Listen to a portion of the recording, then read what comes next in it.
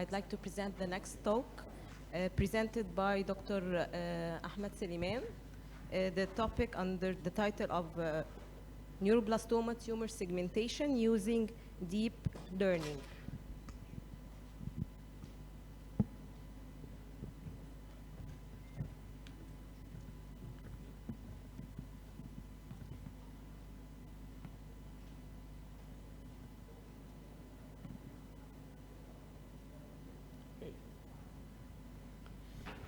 Okay.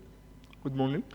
Hello, I'm Ahmed Soliman from Cairo University, Faculty of Engineering, Department of Biomedical Engineering. Today I will talk with you about the neuroblastoma detection and segmentation in abdominal CT using AI. Okay.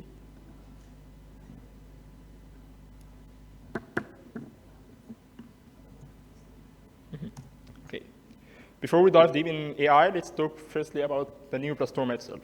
Neuroblastoma is a pediatric cancer that develops from the abnormal growth of neuroblast cells in the neural crest during infancy.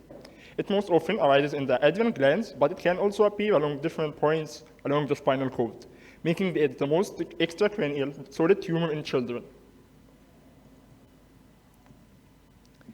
Now we know more about neuroblastoma. Let's take a look about how common and severe this cancer can be worldwide. Neuroblastoma accounts for about 6 to 10 of all childhood cancers. Also, half of these cases can be metastatic disease, or like the disease spread in vital organs in the abdomen. Importantly, out of every 100 pediatric cancer deaths, 15 are caused by neuroblastoma. Looking closer at Egypt, a 2023 study reported that there was 7,200 cases of pediatric cancers annually. About 11% of these cases were neuroblastoma cases. Sadly, more than 3/4 of these cases are diagnosed after the progression of the disease in the body.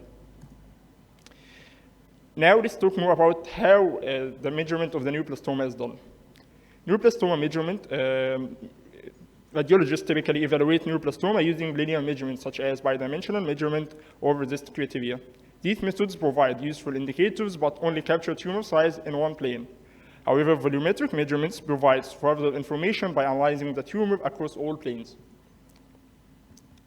But as you can imagine, volumetric measurement comes with its own challenges. Volumetric measurements requires manual segmentation of the tumor slice by slice, which is time-consuming, labor-intensive, and introduce variability between radiologists in segmentations. These difficulties become clear when we look at the tumor characteristics. Complex anatomy of neuroblastoma, as it's grow adjacent to vital organs, and also it sometimes incase blood vessels. Also, irregular shape of the neuroblastoma, as it has variable growth patterns, in addition to complex composition of the neuroblastoma. Neuroblastoma usually contain mix of tissues like necrosis, calcification, and cytic areas. Here comes the AI can make real difference. AI provide radiologists with faster segmentations, reproducible results, and also can reduce the variability between their segmentations. Before we dive deep in how we show our results, we can walk through how we can develop an AI solution. First of all, we collect the data. We collect the data under the specific clinical standards. Then we annotate these data. Experts, radiologists, and experts in the field of we are collecting our related to our data, make the ground truth segmentation to our data. Then we choose a model and start the model training, making our model to learn from the data annotated before. After we train the model, we need to evaluate and validate its performance to make it sure that it can be used in the clinical standards.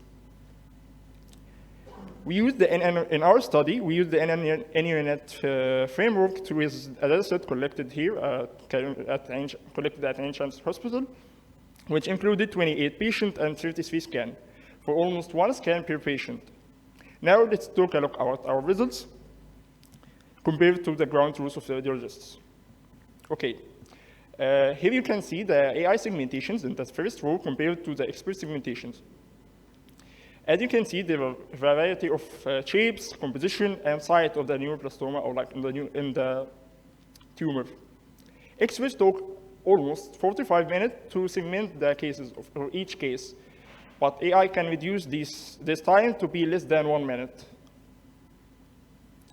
And to further show our results, here a qualitative result in the volume, like we can show here the volume of the two cases. The first case on the right-hand side, or like on the right-hand side, you can see a tumor with variable shape and variable composition. As you can see, the tumor, like the model could capture the borders of the tumor compared to the radiologist segmentations. In the left-hand side, you can see another tumor with larger size and with larger in this slice with larger size also. Okay. Still, no model is perfect. Let's see where our model struggled to provide segmentations. Okay. In the left-hand side, you can see a case with large tumor, but also large in the sagittal space with more number of slices. Here, the AI model couldn't capture all the slices in all the volume. Also, the right-hand side, we can see, okay, sorry. I don't know. Okay, sorry. This case has also large tumor with variable shape. The shape was irregular with irregular growth pattern, which the AI couldn't capture its borders accurately. To better show our results, we can see our quantitative metrics. Okay. We depended on 3 metrics: detection accuracy and average dice and volumetric correlation, or the volume correlation. Here, the dice capture the overlaps between the segmentations produced by the AI and the segmentation was originally made from the radiologists. Regarding the accuracy, we have talked about how many, or like the accuracy of capturing the right location of the tumor. And for the correlation, of the volume correlation, we use the Pearson coefficient to measure the correlation between the volume captured, or volume measured from the AI segmentations and from the radiologist segmentations.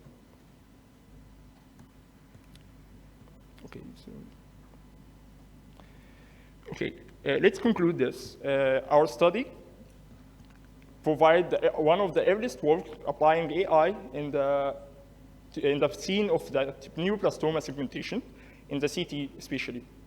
But there is still some work can be done, and some improvement can be done in our study. Okay, we need to expand our dataset, and we are working on that.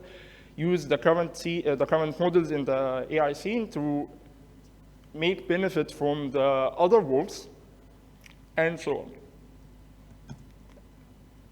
Okay. At the end, I will need to acknowledge all the efforts done by Professor Khalid Abdul Fatouh and Professor Shayma Abdul Shattar, Dr. Isra, and Dr. Mariam, and Dr. Muhammad. Their efforts were with us throughout the work we have done regarding the medical guidance and so on. We also need to acknowledge our professors' efforts, Dr. Mina Makari and Dr. Hussein Ruidi and Omar Tariq and Yusuf Ada. Thank you. Okay. I'm here for any questions. Okay. The next here we talked about how we build the AI model. The further question, how we will use this model in our clinical standards. Next to me, my colleague Shahd and Miram will